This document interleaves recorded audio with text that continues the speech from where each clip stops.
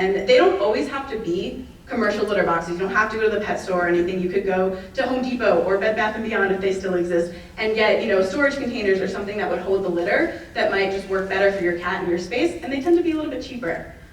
Make sure you're deep cleaning that litter box. So by deep clean, I mean taking out the litter, washing it, soap, water, drying, and all components. So the top, the entryway, kind of everything.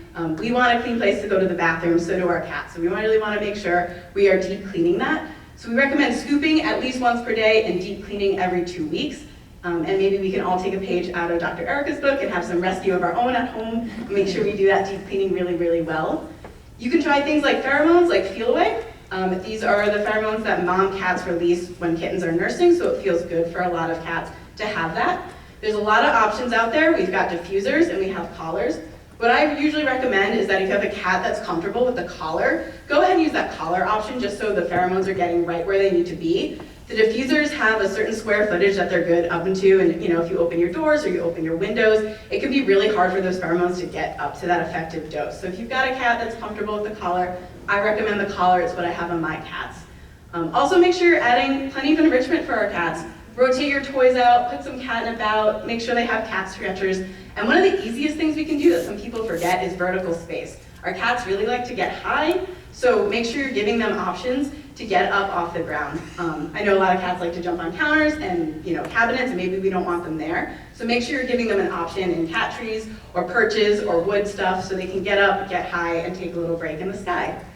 And then if that's all not working, keep talking to your vet. There's behavior meds that you can try, so depending on what's going on with your individual cat, you can keep that conversation going with your vet to get something that's going to work to try to fix it through behavior meds.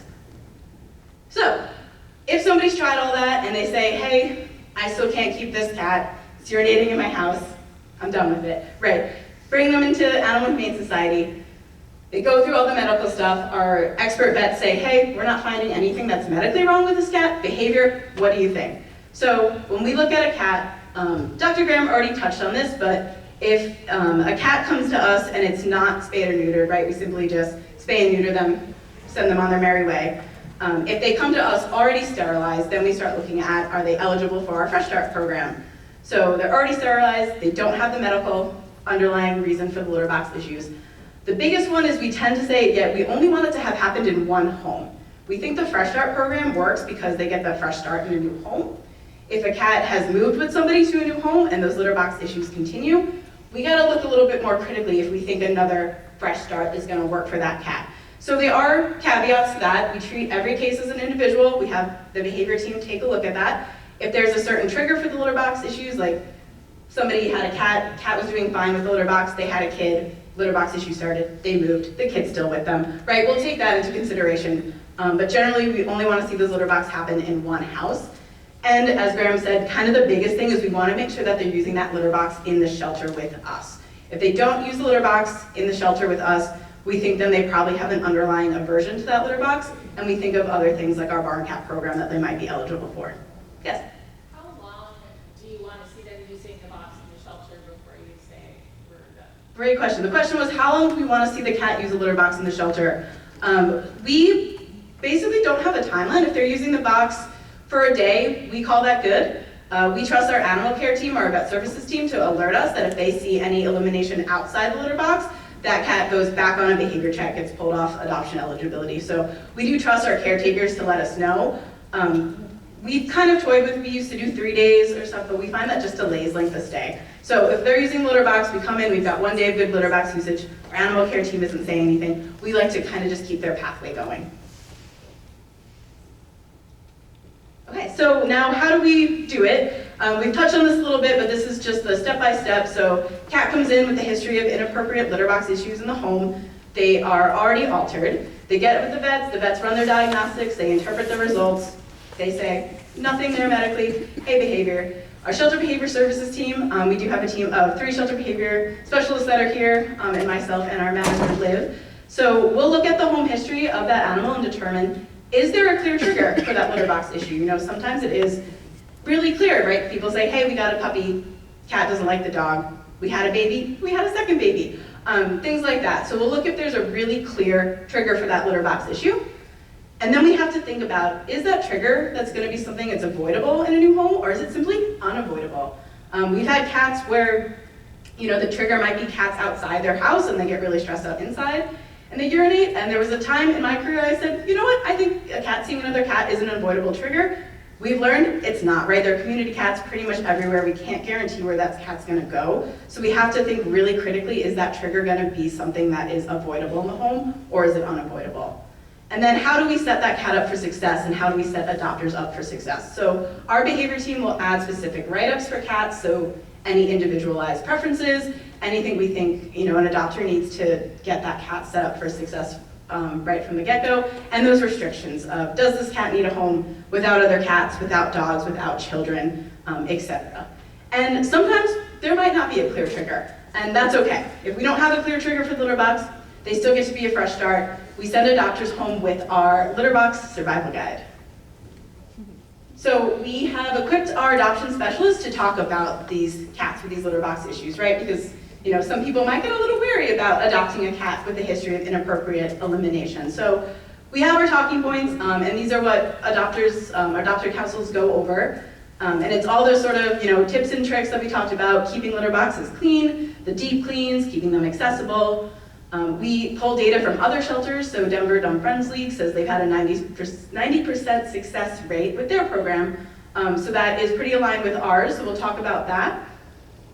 We go over that AHS veterinary staff has ruled out all the medical issues, and the behavior staff has also taken a look at the cat. And then we can really say we've been doing this program for multiple years, and we've had really high success. There's no greater likelihood for a cat that came in with litter box issues to then go out and have litter box issues in a new home. And then we also offer post-adoption behavior support. In addition to an in-shelter behavior services team, we have a behavior and training department that does training classes, and they man our behavior helpline, and they've got some really great specific cat stuff. So this QR code, if you want to take, goes right to our website that has things on litter box survival and the tips and tricks, all that's accessible on the AHS website, and is a resource for Minnesota residents to use.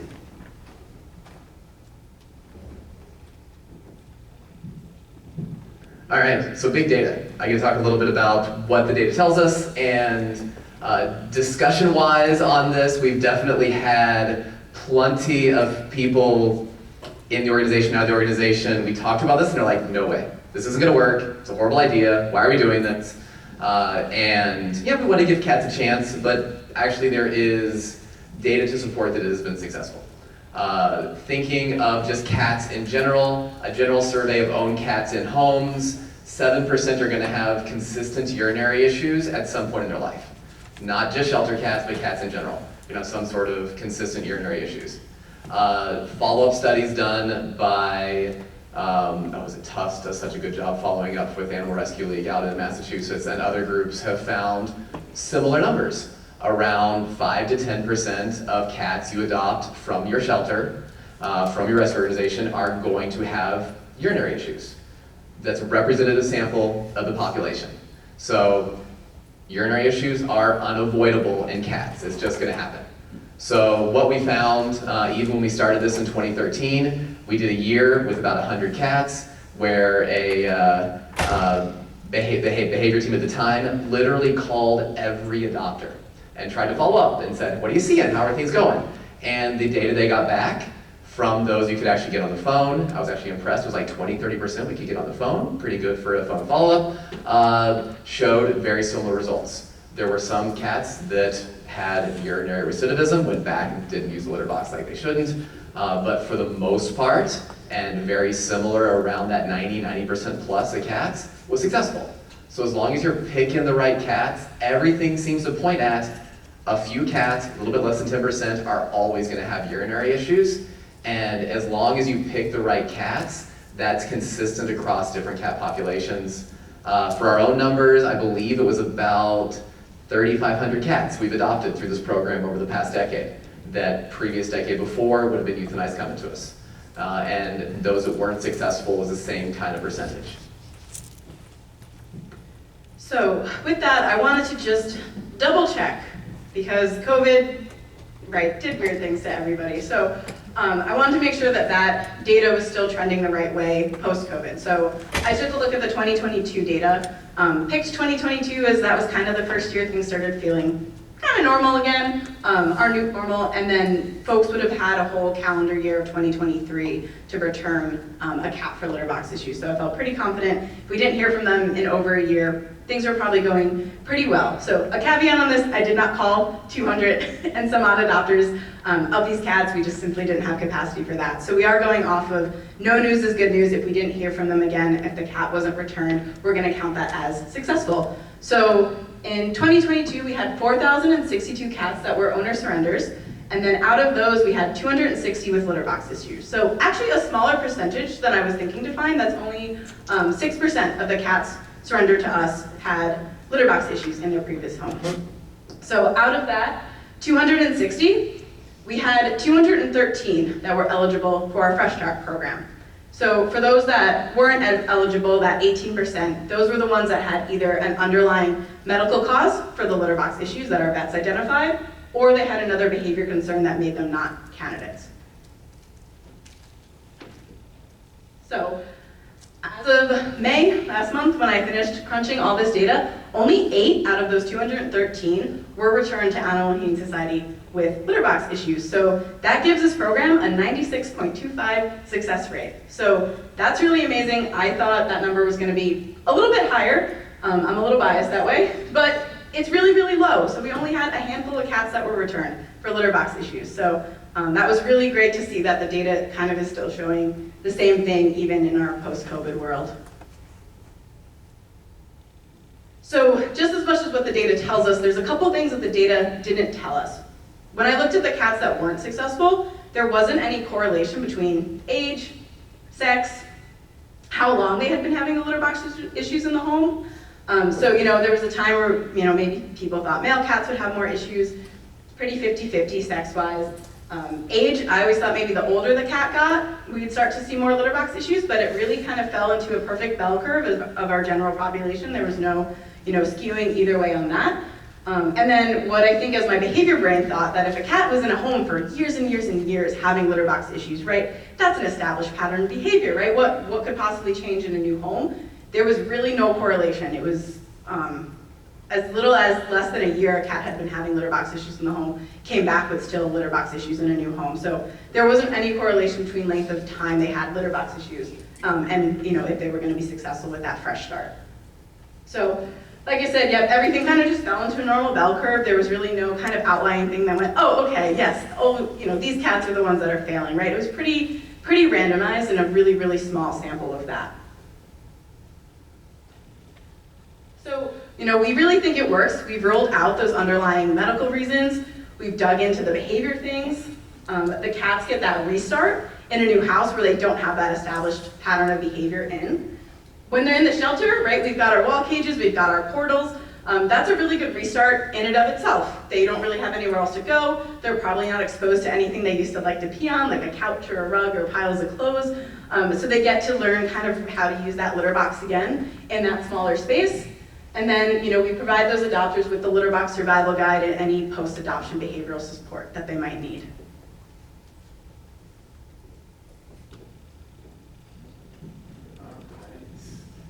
So takeaways. We just blabbed at you for 50 minutes, and you're not going to take all of this home. Hopefully you have a few things written down already. Who here has a similar program you're already doing in some manner? A few hands up, a lot. Yeah. Who here thinks, I might even want to dabble into some of this, now that you see there's some data behind it? A few hands up, that's awesome. That's it. Don't make me feel good by just putting hands up to me, put hands up. So, mainly the main things we want you to take away from today, those are really little words up there. Let me read it to you. We want to help educate cat owners on proper litter box guidelines before problems start. We had a group of cats, litter box issues. We gave them a litter box survival guide, and even from the group that had previous issues, we saw a similar rate of urinary issues as from any cat we ever adopted from the shelter. So if you set them up for success, they can be just as successful as any other cat that you would bring in that didn't have litter box issues. And that even, I mean, that ignores the, are you getting the full history, which is also its own question, but it's something that setting up adopters for success is key, and litter box issues, if it's gonna be 7% of all cats out there, that's a big stressor that could bring other cats back into the shelter. So if we can set them up for success, that is excellent.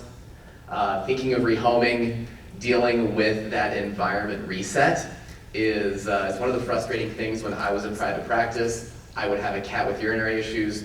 It's behavioral, and you can't ask someone to move or do something else for their cat often. Some people would do it, most people probably not. So this is something where you actually have an opportunity with rescue groups, with shelters, to actually help fix some urinary issues that you can't fix sometimes, because you actually can have that full environmental reset, as long as they show that in a shelter environment, in a foster home, they're gonna get back to appropriate litter box use. And then most shelters can implement something similar. I'd love it if anyone has a shelter that they're able to look at something like this. It's also, I recognize the resource that Animal Humane Society has on that part of it, of being able to dig into this population of cats. You are not failing, once again, if you don't have a program like this, just like if you aren't able to do x-rays, aren't able to do full blood work. We're all trying to do the best we can to use the resources we have to help the animals that come to us as best we can. But it's something that we want you to know, that this is an option out there, and even if, heck, I started at AHS in 2011, I heard about this program in 2013, even I was like, why are we doing this? And then now that we put it in place and have seen the success from it, I understand why we did this. I've understood the cats' lives that we really have impacted with it. So just want to make sure that seed is planted for those that haven't been there, or when you're getting home and talking to someone else about this, of hey, we should do this, we'll send the slides along. We've got data in the back end, we can send the studies that other groups have done as well. It's something that you don't always think can be successful, but the numbers bear out, and bear out consistently. That if you do reset the home for otherwise healthy cats, many of them will do well. Most of them really do well on that part of it. I think that is it. Questions? Perfect time. Yes, Mary. I know Animal Humane Society has a pretty robust